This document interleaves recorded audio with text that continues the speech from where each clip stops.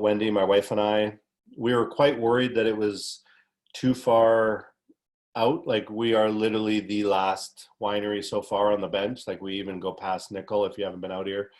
And we just thought it might be too far. People won't travel that far for wine, and we were so happily wrong.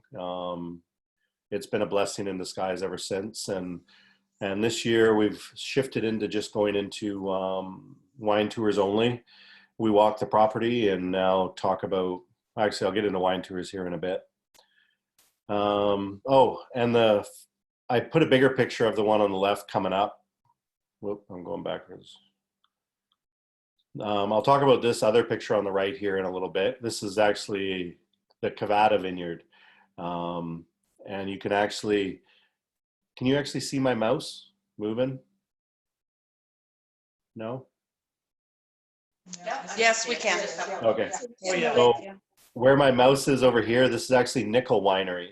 And if you've ever had, this is some of their Syrah, I believe, and their 2-barrel Pinot Gris is this row here. And so this is quite a high elevation, but what's neat is we're actually to the right of this. You can actually see our place from Cavada Vineyard, which is kind of neat. But this is such complete different geographics than where we are, because the road, which is, say, maybe just below this green roofed house, everything below the road is a silty lake bed, where everything above the road is sort of alluvial loam, and it's got bits of granite and that in it. So I get totally different flavor profiles from the exact same grape. So my big focus, as I said, is just if I have healthy soil, I have healthy wines. And by healthy wines, I mean the ferments go quite well and easily. I don't have to worry about having enough nitrogen in them or anything, because they're just happy. As you can see here, we use animals in our vineyards. I think chickens and ducks and stuff are some of the greatest additions to a vineyard, and yeah, that's just pretty cool. Harvest. Last year was wet. Last year, September was our June, and we had so much rain in September. There was so much risk of powdery mildew. It was a tough one. We do everything outside, and we crush about 45 tons by hand, which means we bucket the fruit into a destemmer, we bucket the fruit into a press, and then we'll pump the juice out into tanks or barrels. And so it's a lot of work, a lot of manual work, and but it, we're still small and it's still quite doable. We bring in a few interns each year, and they go home sore and stronger, that's for sure. But for us, I think using outside, using Mother Nature is just as important with the vintage as the vintage and harvest itself. If I have a cool harvest versus a hot harvest, my ferments are going to go at different speeds, and that speed can affect the overall purity of the flavor that comes out at the end too. Yeah. So Jay, I'm just going to interrupt for a sec. Did you say 4,500 pounds or 4,500 tons, or what was the number there? 45 tons? 45 tons, yeah. 5 tons. And about how much would that produce in bottles? That'll get us about 2,600 cases with the current press. We could probably get closer to 3,000 cases if we had a better press.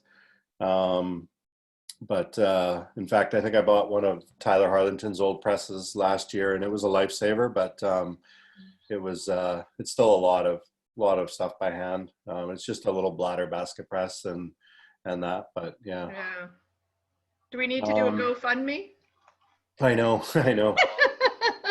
Well, if we can actually get some of the government funding, we might be able to afford a new press this year. What do you call those?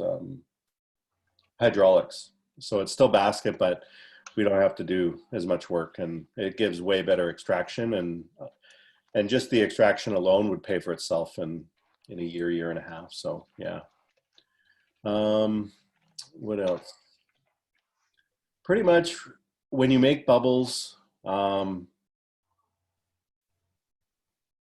It is, and this one here, by the color, I can tell it's probably the 509, which I think was in the 6-pack as well.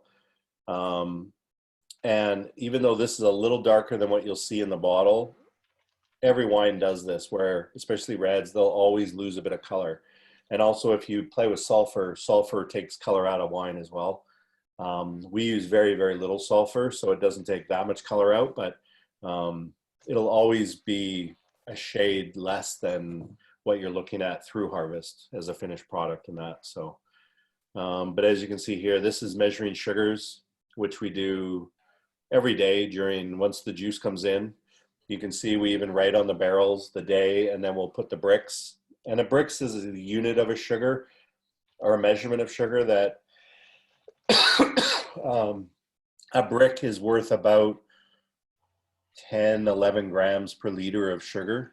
So when a grape, an average sparkling wine grape usually comes in anywhere between 17 and 20 bricks. So you could average that out and say 170 to 200 grams of sugar per liter. But now you think of dessert wine, which will come in sometimes 35, 40 bricks. Now that's 350 to 400 grams of sugar per liter. That's pretty sweet. And then with the traditional methods, we'll let them go fully dry. So there's no sugar left. And then that way, when we're ready to bottle, we'll take it down to a bottling place here in Penticton, and we'll add the yeast and sugar there, and then bottle it, and then let it sit for about 3, 4, 5 months, and it'll ferment in the bottle and get all happy, and then it's ready to disgorge, riddle and disgorge and all that, which is just getting the yeast out. Now, when I make ancestral method, which this is, an ancestral method, I'll also clarify, traditional method is 2 ferments. Ancestral method is 1. And that's the difference. People get confused because some people call ancestral method pet nat, and it's just like another name for it. And pet nat just stands for pétillant naturel, which is just natural bubbles in French. I will only call a wine a pet nat if I like the way they farm. And that's my definition only, though. If they farm conventionally, I will just call it ancestral method because it is the same. It's just the method we're not talking about, and I'm not defining its naturalness. So I'm trying to take transparency and naturalness very seriously with our wines so that you as a consumer know exactly what you're getting. And even with the traditional methods, we even put all the ingredients on the back of the labels now. And a lot of times it might say grapes, champagne yeast, sugar, sulfur, and that's it. And some of the ancestral methods might be just grapes. So every year is a bit different. Last year I had high pHs, and all that means to you as a consumer is the higher the pH is in a wine, the less stable it is. So, and it usually means it needs more sulfur to keep it safe. So if you find you're reacting to big reds, try light reds, just for the reason that a big red is going to have such a high pH that they're going to have to add that much more sulfur just to keep it clean and safe, versus maybe an acidic red, which is safer with a lower pH and doesn't need as much sulfur. But that's also just you trusting the winery. So that's where I think most relationships need to develop is trusting who you're buying from. And, you know, I think as we enter the age of natural wine and transparency, there are going to be a lot of marketing departments trying to win you over. But I think if you're armed with the knowledge of wanting to know what's in or not in your wine, then it'll just help you trust where you get the wine from. So, yeah. So just like natural wine themselves, when they're confused. For me, I'm also, when I look at wine and winemaking, I even take a line from I think it was Bill Eggert at Fairview, who said, "When I make wine, I try and get out of the way and not fuck it up." And I kind of believe in that. It's, you know, I want each wine to have a very unique personality. And um, I just really, I want it to be honest of where it comes from, because I think wine is one of the very few products in the world that offers you a lens into a place and time. And I don't know any other product that actually kind of does this, that it kind of transports you back to what that vintage was and what was going on. And you only really get that if you're having an honest wine. If you have to doctor the wine up and add a lot of stuff to kind of craft it into something else that you think it should be, then that, in my eyes, isn't an honest expression of where it comes from. And I don't even want to start using the word terroir here in BC yet, just because I think we're still figuring it out. I mean, 30 years young, and we have a lot of questions to answer and a lot of questions to ask, and we need to figure out our region and what does best where and how to do it. And that's, I think, I'm hoping in my lifetime, if you start, it's kind of morbid, but if you start thinking about it, how many harvests do you have in your lifetime? And you realize it can be very few. I'm hoping, I'm making wine till I can't move, but it's even that. I mean, I'm lucky if I got another 30 vintages in me. So I got 30 tries to make the perfect wine.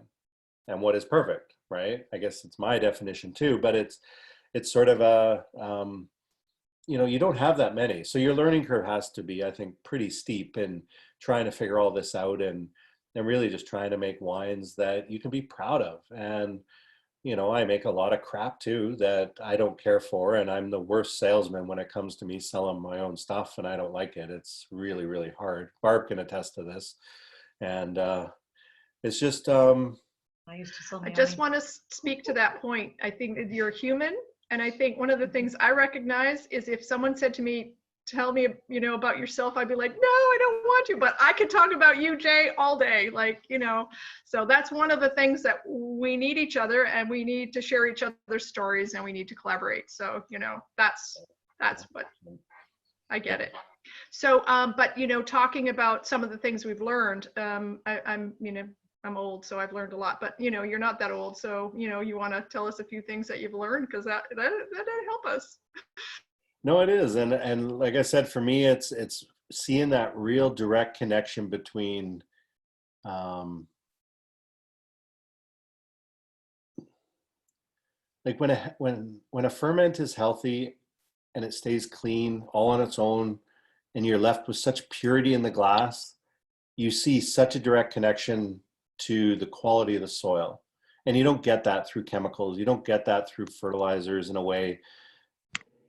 And I think it's just, that's where I think, I get most excited, is knowing if I want to fix my wine, I fix my soil, which means my wine will be fixed in a few years, not next year, right? But at least I can anticipate the problems next year. And there are at least ways to, circumvent that. Like oxygen is sort of my best friend when it comes to winemaking, because before it's finished fermenting, oxygen is sort of like your best friend, in that a little will revitalize a ferment. It'll blow off a funk smell. It'll help with VA. Like just that little bit of just sloshing the wine around or transferring it from one tank to another is usually enough to help clean it up, instead of having to add more sulfur, which is tough in a ferment, or having to add all the nutrients and all that out of the gate. So it's sort of, being able to listen and look at wines and make adjustments that are just not chemicals. And that's been a huge learning curve too over the years, because like I did my enology down at Washington State, and it was great. And the science is so important when it comes to winemaking. But then it's learning to listen and react differently than just using an additive or something. So for us, it's a lot of getting back to basics and kind of relearning. Like I said, that confidence to do little or nothing still takes a bit of knowledge and that. So yeah. Here's my little dudes. And so this is from last year. This year I only have the 3. these guys, such an incredible animal. I really, truly am impressed with these guys. They are rough and tumble on the vines, and um, you know, so I've only got birds in the back block where I've kept the pigs the last few years, and this year in this area behind them is I've got a thing going, and I'm working out a new compost program where I'm going to be taking in fruit and veg from around the community and using that for these guys, and then getting their black manure gold on the other end, and using that to recycle through the property, and just knowing that nothing on our property goes to waste when it comes to food. It's incredible. I'm just in the process of culling some ducks and some chickens, and you know, using every single part is just so, it feels really good to know that nothing has gone to waste. So you know, my goal is to figure out how can we multi-use land again. Back in the day, farming, you know, everyone had a cow, everyone had a few pigs, everyone had chickens. Like, it was just, and everything worked. It was in balance. The excess milk fed the animals. The excess milk could be sprayed on the plants. I mean, it was just, there was always a use for everything. And we've lost that because we got sold a bill of goods through agrochemical that, you know, it was going to make our lives easier and better, and it was going to be cheaper and everything else. And now I think, you know, years of knowledge, 100 years later, you know, we're realizing, you know, our environment is the way it is, I think, because of the farming we do.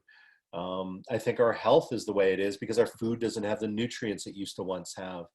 So I think all of this is linked back to agriculture, and that's why we're so passionate about trying to figure out a way to do this without chemicals. And it's, you know, it's hard. Shit, it's hard. But I wouldn't do it any other way. It's what we love, and then to see the results, to taste pork that hasn't tasted like anything you've ever had before, to taste chicken and eggs that are nothing like you can buy in a supermarket. You realize there's something missing there, right? And you know, and I think the time that we're in right now, I'm hoping, you know, we can hit a bit of a reset button. I'm hoping we can bring back a lot of these ways that we used to do things. And you know, you asked earlier on, am I certified organic? Am I certified biodynamic? And I'm not. And I'm not because I don't think it's fair that I pay more to get audited more to have my neighbors spray harmful chemicals and not have to pay anything. So I think our system is set up wrong. It's kind of like a double standard, isn't it? No way. And I don't want to poo-poo anybody from going down these channels, because I think the knowledge and everything is so important, and I think it's worth understanding. But I'm not going to certify because I don't want that probe, you know, where, and it's just, you know, I'm trying to just bring balance and do good things. And for the size that we're going to be, I don't think me being certified is going to make a difference in my sales. I know it's going to make a difference in my stress level being audited every year and making sure everything is legit. But I actually couldn't have animals on my property like this if I was organic because of cross-contamination, which for me just doesn't make any sense when I see so many orchards and everything around us, knowing these guys would clean up, same with the birds, they would clean up all under these orchards and that so well in the fall, fatten them up on the sugars before they go to the abattoir. And yet that's cross-contamination, and we can't do that. So, I mean, I think our system needs fixing. So, yeah, without getting too political. But for me, trying to figure out how to integrate animals in a farm and multi-use a piece of land, like we're only 4 acres where we are, and we lease and look after another 2 acres across the road, and we lease another few acres down the road in Naramata. And you know, trying to figure out how to put animals on all these properties, keep them safe, keep them fed. And then you got to go through the whole, you know, I want to take my pigs to slaughter. I have to drive to Chilliwack. So I've put so much love and care into raising this beautiful animal. And then I got to stress them out for the last 24 hours in a horrible ride. So it's kind of it's tough because we don't have facilities and that available here in the Okanagan like we used to. So, but yeah, We've got on here farm tours, so we've done away with all of our tasting room now. With COVID and everything, to keep it safe, we do outside farm tours only. It includes a tasting. We take up to 8 people every hour, and we walk around the farm and talk like we're doing now about what we do and why, and taste a few wines, and then we have a little store set up at the end of the tour, and yeah, everything's online, and it's we have a farm tour thing on our website, and it's what do you call it? I lost my thought. Anyways, we finish up at the farm tour. Oh, sorry, you book online. There's a farm tour site on site, and it's really easy. And we also have the store open 11 to 4, which you can drop in and purchase, but you can't taste. The only thing we ask is that you just text at the foot of the driveway to make sure there's enough room, just so we don't overload our capacity right now, and keep safe distance and all that. So yeah. A little love, a little sparkling love. Here I am. This is at our warehouse. The old packing house in the village of Naramata was converted. David Enns, who used to own Laughing Stock, and a few other locals got together and bought the packing house and turned it into a...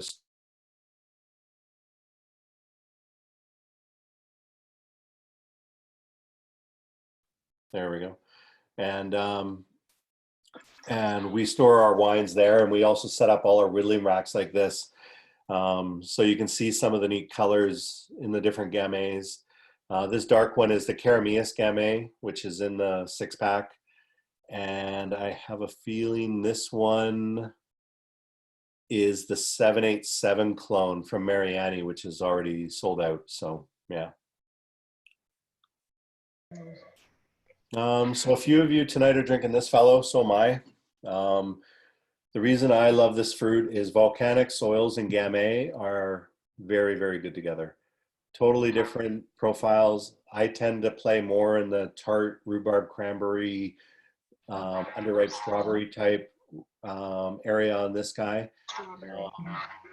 But when you go to, say, Cavada, which was that other picture, which I think is this one here, you can see the grapes. This is overlooking the village of Naramata. This profile, which is on more granite and loam, tends to be more that red berry, strawberry, little tiny bit of stone fruit, but mostly the red berries. And I always find this guy is always just so elegant. I love this site. It was actually Kathy from Hillside who first introduced me to this. She had extra Gamay and let me have some for this site, and I've been getting it ever since. So yeah, huge kudos to Kathy and Hillside there. Yeah, it's a beautiful picture. We love seeing, you know, the lake and the hillside and the slope. Karen was just wondering, Jay, what's the booking system to do a farm tour? Yeah, everything online. We use Appointee. It's a $15 fee to book, and it is non-refundable. But we guarantee just as I say, even if you hate every wine, we want you feeling better by the time you leave the tour. You know, breathing in, educating, walking through the different biomes, looking at the different, everything we have going on and that. But yeah, we're limiting it to 40 a day, Saturday, Sundays only. Although this Friday, every now and then, if we have some time that we can open up an extra day, we will. And we're also toying with the ideas of even doing like little add-ons, like maybe you want to spend a morning shoot tucking with us. Maybe we'll put 2 or 3 spots open for that, or maybe come harvest if you want to spend half a day and lunch with us participating in harvest or something. So we're toying with a few ideas like that I think would, to see what interest is and help you understand this magical beverage that everyone seems to swoon around. So yeah, well, you know, we want to show up, we want to taste, and we want to experience. And I think that's, if you're passionate about wine, you want to know where it comes from, and you want to look around and have a sense of things. So 100%. Lovely. This is what I call a one-hit wonder, and all that means is I love the Gamay from Deep Roots, always have. They had some last year where they were ripping some vines out because they were building a bigger facility. And he knew I harvest grapes before anyone else. So he let me have a one-time deal to have some of his fruit to make into bubbles. And it was one of the very first fruit we brought in last year, I think around September 2nd. And this is just overnight on skins, and you can see how dark it is. And it's just it's a beautiful, I really like this guy. We only made about 60 cases. And yeah, it's just, it's more of that blueberry, blackberry fruit profile with a little bit of like peach and apricot on the base, but really, really fun wine. So there's my Mariani. So if you know where Marichal Winery is, this vineyard is literally right above it. And it used to be one of the oldest peach orchards, organic peach orchards in Naramata. And now they planted 2 clones of Gamay, which is why I make this so confusing. But there's 2 wines from Mariani, but they're different clones. And clones is like, I don't know, Macintosh and Gala. So they're just different. It's still an apple, it's still a grape, but it's just slightly different genetically. And so clone 509, we figure, is probably what's mostly planted in BC. And he also planted clone 787. And 787 is one of my favorites. I think it's more suited to our region than 509. It's just, I wish I had lots of it. It's already sold out, so it wasn't in this 6-pack. But it's so versatile, and I'm really, really enjoying it. So, yeah. Carameas. So you tried the 18. Yes, yes. This year I made the Carameas in the sparkling red, and I'm really glad I did. It's I love this fruit, but I find Carameas Gamay always has a certain savory background to it. Like I get a little bit of sage or almost a bit of Chevrolet, and I find when it's in a very light, elegant style of rosé, it doesn't always work for my palate. So this year I went a little darker, did 6 days of contact on the skins, and I got a beautiful sparkling red. So for me, this is more like a Lambrusco than anything else, and it's just so friendly. It's crushable as is, but it's Wendy's pizza wine. Like she just loves it, and I love it with stuff off the grill because it can act like a red wine, and when we're pushing 30 degrees, it still comes across refreshing. It had quite a bit of power and flavor. Like it was like poof, like yeah. Wow, delicious. And I'm not the biggest fan of sparkling reds because a lot of them just feel like they've taken a big red and added bubbles to it.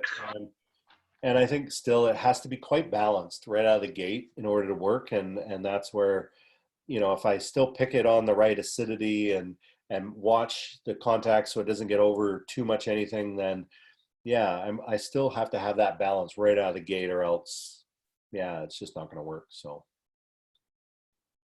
and there's the 2018 Carameas. So I wrote smoke because this year, and what's funny is the more I've been trying this guy, the more I don't taste the smoke in it. But when I first released it, it was like all this beautiful raspberry and cherry, and then it was like peated whiskey. It was the weirdest flavor combination. And I thought, no one is going to buy this wine. And this was the first one we sold out of last year. So it's just, I think people like something that's different, but yeah. Oh, and there's a little pack. There we go. And, yeah. If I made a reference to a term, even if it's like skin contact or something like that, that you have a question about, please don't hesitate. Like I said,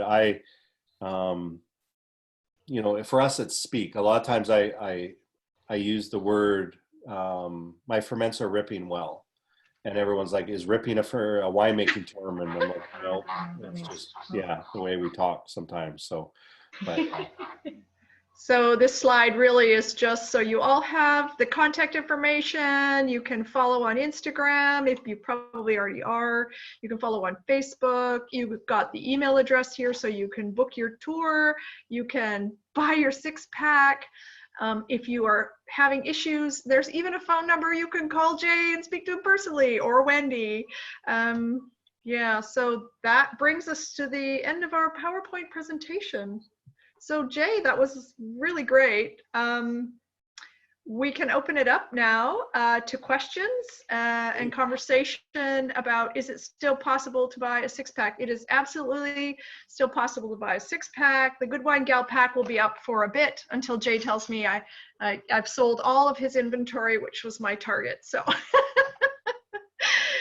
anyway, if you want to unshare, whatever this, stop the screen share, Jay, that will be great. And then we'll do the whole gallery.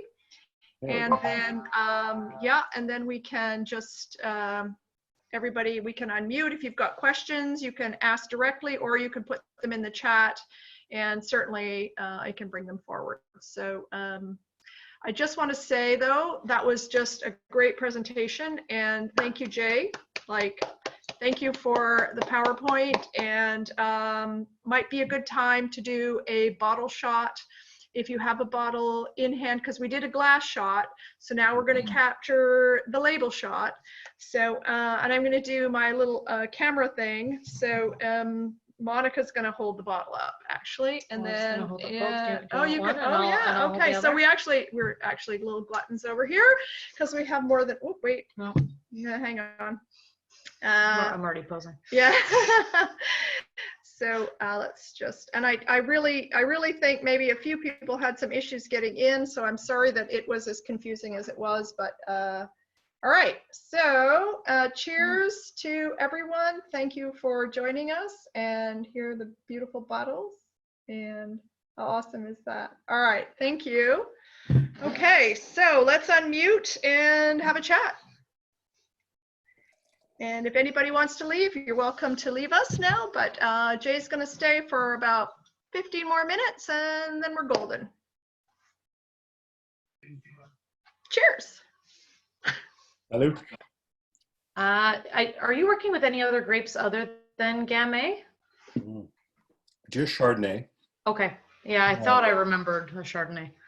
And I think and it is confusing because I think last year we did close to 20 different labels, just in bubbles, just in Duvet. That's fun. So, that's like too many.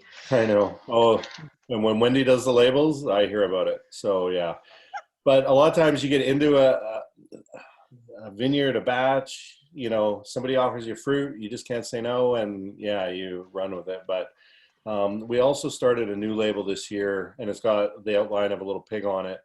And it's called Something Different. And I have a few tiny little vineyards in the village that I work with, a few locals. And for example, like one fellow has ½ acre of Chardonnay and ½ acre of 40 different varietals. So he keeps what he wants out of the 40, and then I make a field blend with the rest.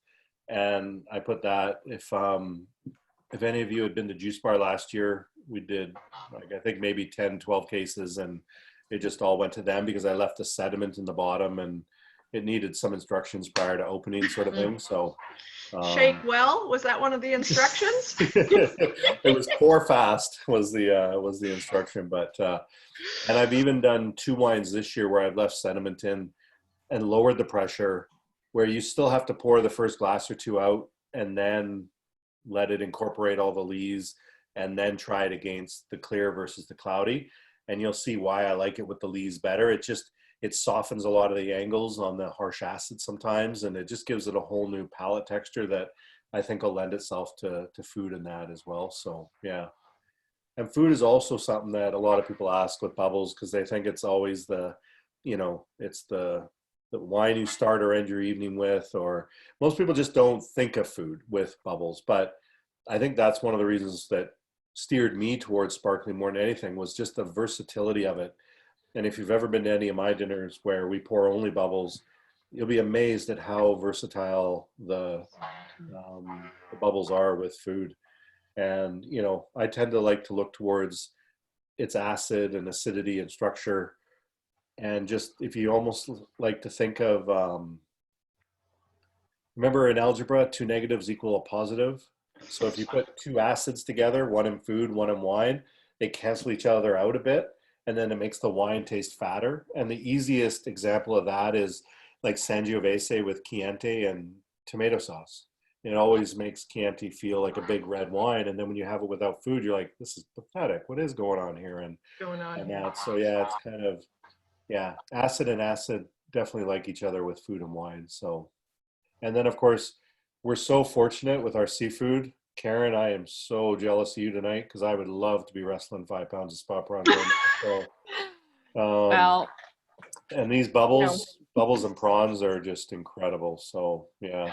yeah, I think it's going to be awesome. The timing for today worked out so well, and those guys over at Organic Ocean managed to get their delivery stuff sorted out, so it arrived today. Oh, nice. Yeah, I'm really happy for it.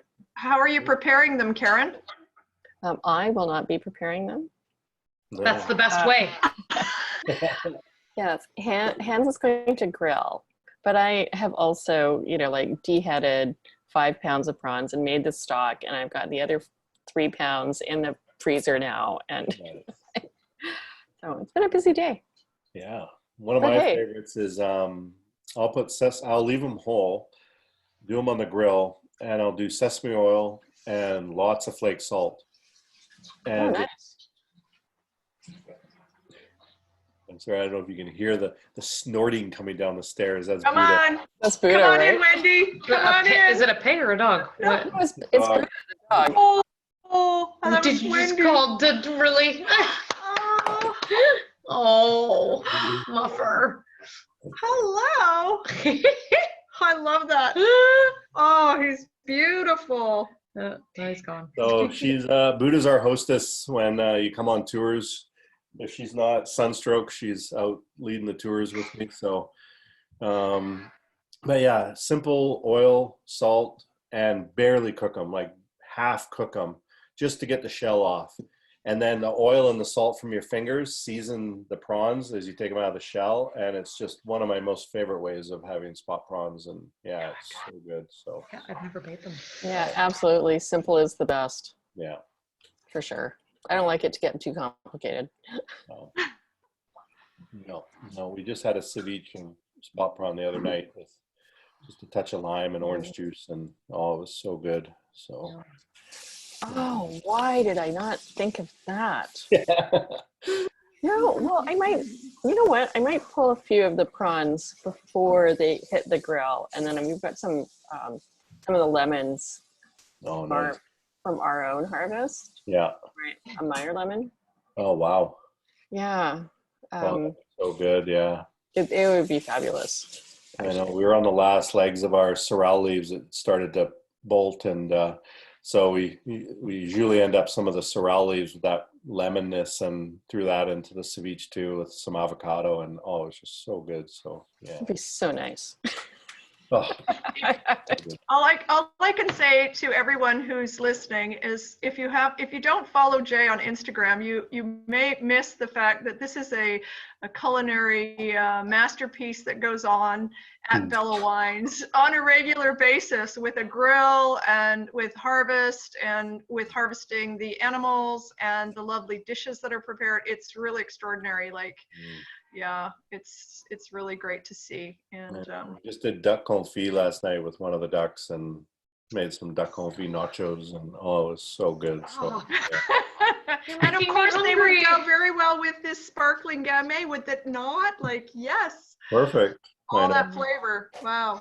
But don't be afraid to try different foods with bubbles, and and as we've already said, they're a breakfast, lunch, and dinner drink. So they're super versatile, and frankly, it is hard to be in a bad mood when you're having bubbles. So yeah, I like to think we're making the world a happier place, but yeah. Well, I know you made my neighborhood a happier neighborhood this afternoon, because sabering and inviting everybody over and pouring 6 or 8 glasses and giving people a chance to try something they normally wouldn't try. This was Totally. It was beautiful. So thank you for that. That's why I like doing these things, and it's just, you hear our story, and it's why we also shifted back to tours and that, because it's it's I can't complain. We are so fortunate to have the problems that we do in the last couple of years.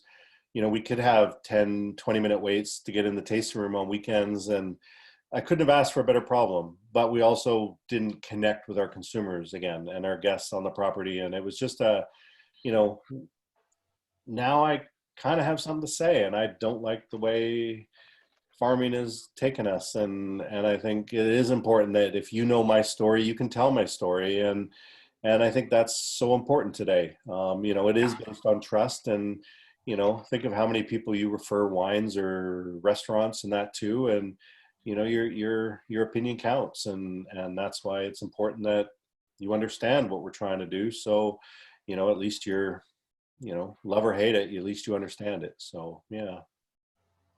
Well, you live in a beautiful part of the world. I think of Naramata as kind of like this little hub of, heaven on earth. And not only that, you also then have this capacity for integrating your life into the farm life, and you know what you eat, and you eat what you know. And then we're so lucky to be circling around you that we get to kind of share in that, in this random from the city pop in, give us 6 bottles way. But one of the problems you're going to have, Jay, is you won't get rid of any of us, and we're all going to be booking and maybe moving, and who knows, we might be on your doorstep soon. So that'd be amazing. Yeah. So, yeah. Do we have any questions from the audience? Yes. Yes. Hey, Laurent. Hey, how are you doing? Good. How are you, Laurent? Ça va bien, très bien, très bien. Yeah, it's great to listen to you, and we still need to come to visit you and do a tour at the farm. As do I. Yes. Because you were talking about all the rain and the weather, in Naramata, but believe me, it's nothing compared to what we had here in in the Fraser Valley. We are 2 weeks behind easy, and it's yeah. So making sparkling, it's not just something we have to, because it's going to be tough this year, I can tell already, unless we have a good September. But I wanted to ask you about the method ancestral method. Mm-hmm. Do you do like they do in France, where you refrigerate the tank, or do you just straight from the tank, when there is like 2 bricks left, you bottle? Yeah, and it's the reason why I use old neutral barrels. Oh yes, yeah. Just because I think a tank is too big, and I don't have chilling. I don't have any cooling technology. Okay, yeah, so yeah. I know a barrel takes me an hour to bottle. So you go from when there is 2 bricks, you go from the barrel, and then that's it. So yeah. I know you said that you would leave the leaf sometimes, but do you sometimes disgorge even after? Oh yeah, no. The majority of our ancestrals, we disgorge. Okay. Yeah. Okay, because balancing the pressure, because if you're playing with a red grape, it sometimes likes to go maybe sometimes a little past 0, but whites rarely do. So you just have to be careful if you're playing with a red grape. I tend to err on the side of 1.5 to 1.8 bricks instead of 2. Mm-hmm. And I find it just gives me a little bit, it's easier to disgorge if you're doing it by hand. So, and you do disgorge, how long do you leave it in the bottle after fermentation before disgorging? 5 months. Okay, 5 months. And then, yeah, I'm about to release a little estate Gamay that I only have like 20, 30 bottles of. And it's been on lees for 2 years, but it had a bit of VA, or volatile acidity, to it. Mm-hmm. And the 2 years on lees totally cleaned it up with no additions. So basically, if it didn't taste right, I left it. And it seems the longer I leave on lees, then the better they get. So if it's clean out of the gate, I'll let it go. But if it's got a smell or something going on that I'm just not happy with, I usually just leave it until it starts to go away, which sometimes could be years, but yeah.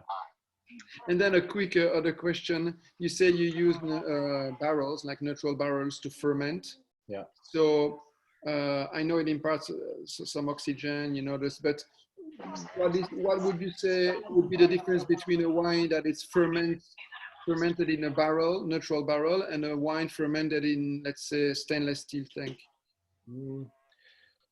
there is a difference, but I don't know how to describe it.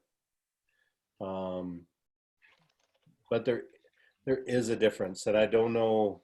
I can't put my finger on it yet. Okay.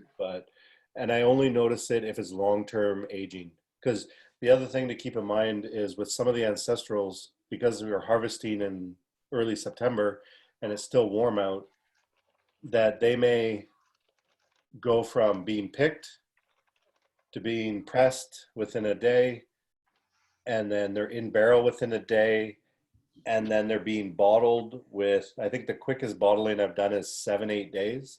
On average, it's 2 to 3 weeks it takes to go from bricks to 1.5 to 2. So, and I find because it's so short time in the barrel, it's not different. But when I've done other stuff with barrel and stainless long term, I notice a difference. Yeah. Okay. Thank you. No problem. Do we have any other questions from the gallery? It's lovely to see everyone. Well, ladies and gentlemen, our happy hour is coming to an end. Boo-hoo!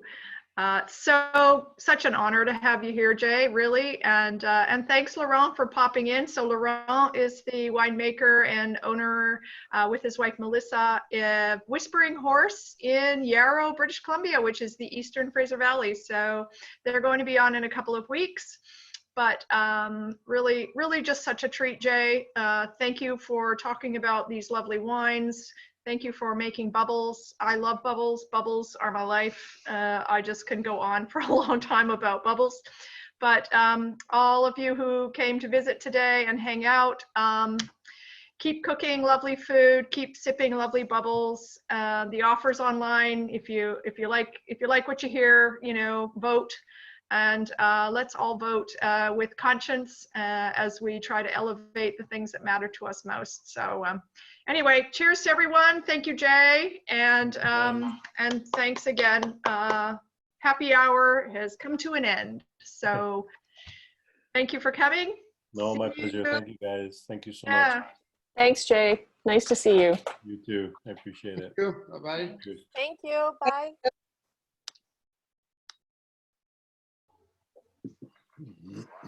Bye, Vanya. Thanks for coming. Good seeing you. Love to see you. Yeah, great. And thanks, Beth. Well, there are a few Barb Wilds on the screen tonight. That was fun. I shared my link. It worked. I have imposters. Just hope they enjoyed their time with us. Yeah. So Jay, just gonna remove. Here we go. Yes. Goodbye. So thank you. Most welcome. It was really great. Hope that was good. Thank you. The problem you're going to have at some point is that people are going to arrive on your doorstep and they're not going to want to leave. I might be one of those people, but I'll give you a heads up. At least it's happening. Yeah, no, we're starting to see a few more, and as I'm sure you've heard, Ned Bell and in the hood now, and so it's exciting. Yeah, more and more, and I mean, I had a wine writer from Calgary out today, and we were talking with another Psalms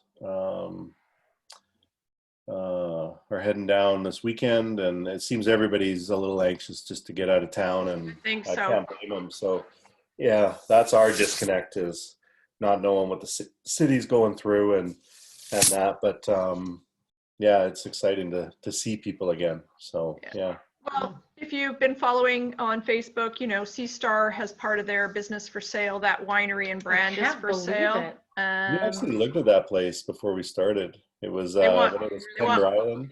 Yeah, they want $4 million. I'm pretty sure it was 1.8 or 1.9 when we looked at it back. I'm pretty sure it's inflated, and I don't know that they're going to. And they don't have a winery on their premise, so.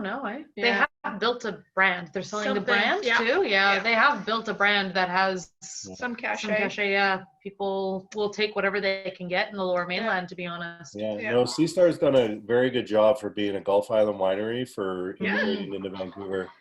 And elevating the profile of hybrids. Yeah.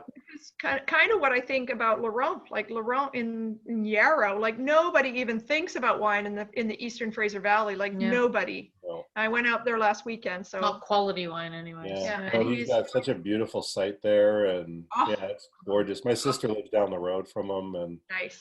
Yeah, it's pretty neat. So, and like I said, that's the first time I've ever seen him. I've talked to him so many times on the phone and sent emails back and forth, and yeah, so that was kind of neat. I actually thought he was a lot older, so it was kind of neat to. He's a poet and philosopher first, so there is something to say about it is wow. And then he's learning from you, so he told me his connection to you really matters. So I thought that was cool. So I said, come and join us. Yeah. Anyway, making sparkling wines right now already. Yeah, cool. Yeah. Anyway, and I'm a big advocate too for. Sharing any of this knowledge with anybody. No need to reinvent the wheel, right? Well, how else can we grow our community if we aren't a community? Like, we have to do that first, right? No, and I mean, as what's the word? Cliche as it is, right? That Napa Valley movie with that one quote, right? If one of us does well, we all do well, and it's still, our industry is that small, so. When a single winery owns more acreage than our entire province, we're pretty small potatoes. So, we're boutique, and our prices don't reflect that. And, that of course is going to be something that's going to come up soon, because we need all of them to survive. And price is really one of the things you get to play with. So it'll be interesting to see how that kind of elaborates or what's going to happen. But in any case. And actually, I never even touched on that because, I've mentioned it a few times on the tour that when we first started making Gamay, you couldn't give it away. It was worth maybe $1,800 a ton. My God. Now I pay over $3,200 a ton. Doubled in price. And have your bottle prices doubled?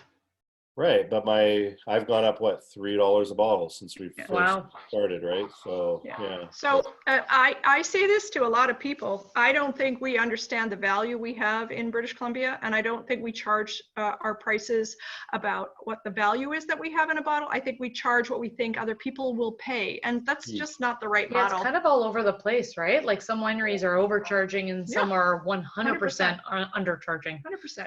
I know full well, because I used to run a little place down in Oliver, and that's how I knew Beth and the gang that was on that video. And I would literally have winemakers sit at the bar and say, I can't believe so and so is charging $40 for his Merlot. Mine's way better. I'm going to charge $50. And that was their pricing strategy. Like, it was just, they're pissed that someone else was charging more and they thought their wine was shit. So Jesus. And then all you have to do is look at how Washington State's doing it, and then you're like, oh my God, we're missing the boat, because like their wines are premium priced. Just like Oregon. A lot of them, A lot of them. Yeah, Oregon is. Well, and that's why Gamay has now become so popular in Oregon, because it's now the $30 Pinot starts at $50. So Gamay is the new cheap one. We went and did the Gamay Fest down in Portland last year, and I was, it was amazing. Yeah. Cool. I love that. I love that. That's super cool. No, all right, well, we know you have a busy life, and we probably need to let you go. No. We can talk on forever, but when I'm up in the Okanagan, hey, let's keep selling wine. And if we can have you on again when you release some new stuff, we'll do that. I do love your Chardonnays so much, and I do love your wine so much.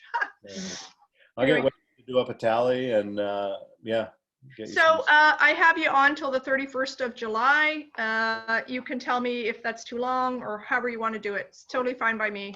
And it can be on all year. I don't really care, but I know you'll sell out. So keep me posted. Thank you. I will. Okay. Awesome. Okay. Thank you so much. Okay, Jay. Have a good one. Thank you for your time. Say hi to Wendy. Hug that dog. Take care. Cute.